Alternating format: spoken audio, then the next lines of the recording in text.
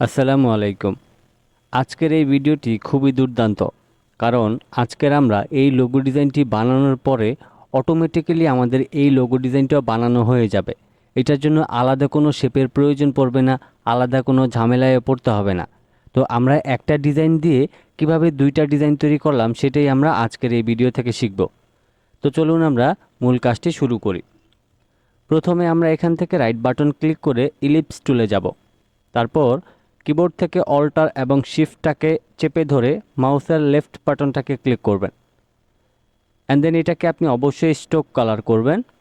তারপর এই শেপটাকে সিলেক্ট করার পর এই যে মাঝখানে যে একটা বৃত্ত দেখতেছেন, এটাতে ধরে আপনি অল্টার এবং শিফটটাকে ধরে এখানে এনে বসাই দিবেন।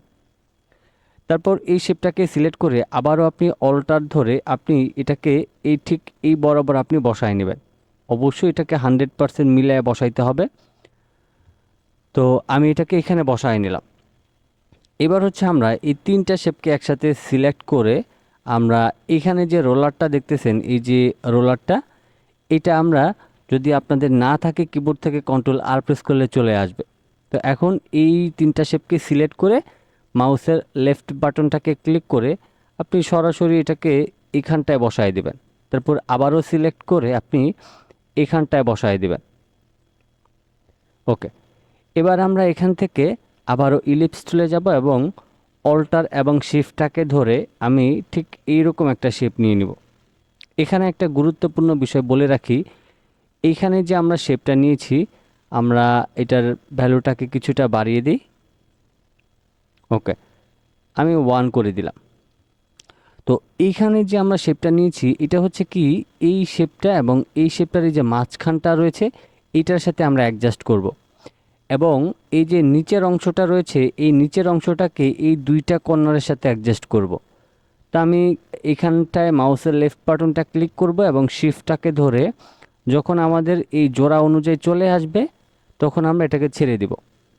তো আমি এখন একটু জুম করে আমি এটাকে ভালোভাবে মিলানোর জন্য আমি এটাকে আরেকটু ছোট করে নিব এবং পারফেক্টভাবে এটাকে মিলায় নেওয়ার চেষ্টা করব। তো আমি এটাকে এতটুকু রাখলাম।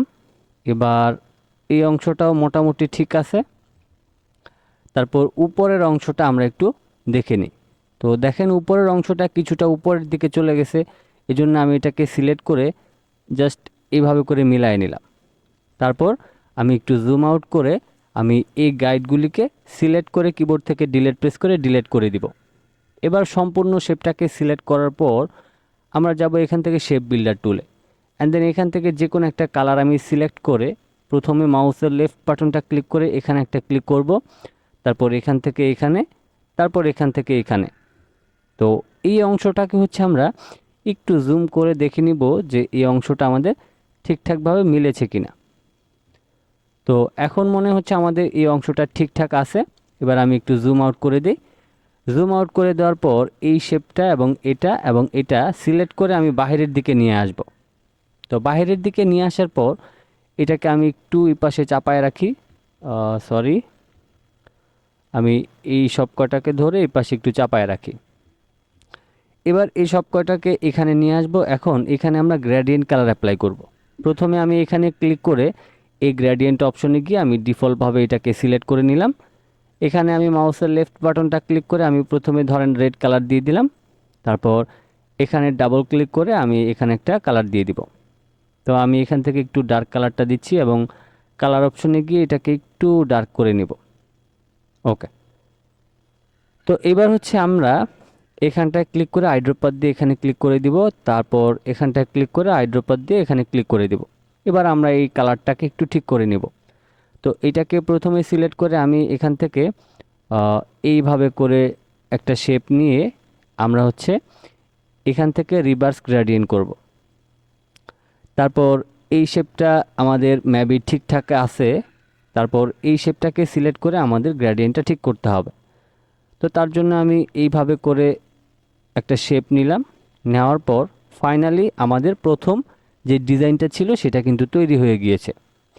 এবার এখানে এই যে মাঝখানে যে শেপটা রয়েছে এটাকে টেনে এখানে নিয়ে এসে বাকি এগুলিকে আপনি ডিলিট করে দিবেন। এগুলি আমাদের প্রয়োজন না, জাস্ট এই শেপটা হলেই হবে। এবার আমি অল্টার শিফট ধরে এটাকে প্রয়োজন অনুযায়ী বড় করে নিলাম এবং এখান থেকে স্টকের ভ্যালুটাকে প্রয়োজন অনুযায়ী বাড়িয়ে নিব। তারপর এটাকে কিবোর্ড থেকে Ctrl+C Ctrl+F দিয়ে কপি পেস্ট করে আমি এটাকে একটু ছোট করে দিলাম, এটাকে হালকা একটু উপরের দিকে তুলে দিলাম। এবার ধরেন আমি বাইরেরটাকে একটু রেড কালার দিয়ে দিই, তো আমি এখান থেকে রেড কালারটা দিয়ে দিলাম। এবার আমরা ধরেন ভিতরে আমাদের যেই চ্যানেলের নামটা রয়েছে সেই চ্যানেলের নামটা লিখে নিই, GFX। আমি এই GFX লেখাটা লিখে এটাকে প্রয়োজন অনুযায়ী Alt+Shift ধরে বড় করে নিয়ে আমি টাইপ টুলের মাধ্যমে সম্পূর্ণটাকে সিলেক্ট করে আমি এখান থেকে এরিয়াল ব্ল্যাক ফন্টটাকে ব্যবহার করে দিব।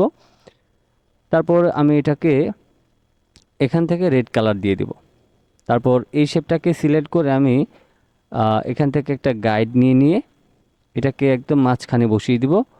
Alt+Shift ধরে কিছুটা ছোট করে নিয়ে আমি অ্যালাইনটা একটু ঠিক করে বসায় নিচ্ছি। ওকে, এবার আমি এটাকে একটু উপরের দিকে তুলে দিব।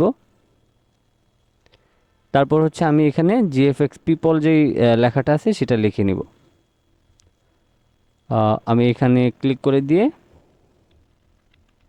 ওকে, তো এটাকে আমি এখন প্রয়োজন অনুযায়ী একটু বড় করে নিয়ে এটাকে মাঝখানে বসায় নিব। তারপর একটু ছোট করে নিব, আর একটু ছোট করে নিই, এটাকে আমি একটু উপরের দিকে তুলে দিব। ওকে, এবার দুইটাকে সিলেক্ট করে আমি একটু ডাউন করে দিব। তো দেখেন ফাইনালি আমরা একটা শেপ থেকে সহজেই কিন্তু দুইটা ডিজাইন তৈরি করে ফেললাম। তো আশা করছি আজকের এই ভিডিও থেকে খুব ভালো কিছু আইডিয়া দিতে পেরেছি আপনাদেরকে ডিজাইন সম্পর্কে, এবং এই ভিডিওটি অবশ্যই একটি লাইক দিয়ে দিবেন, এবং অবশ্যই নতুন চ্যানেলে এসে থাকলে সাবস্ক্রাইব করে সাথে থাকবেন, এবং অবশ্যই বন্ধুদের সাথে ভিডিওটি শেয়ার করে দিবেন।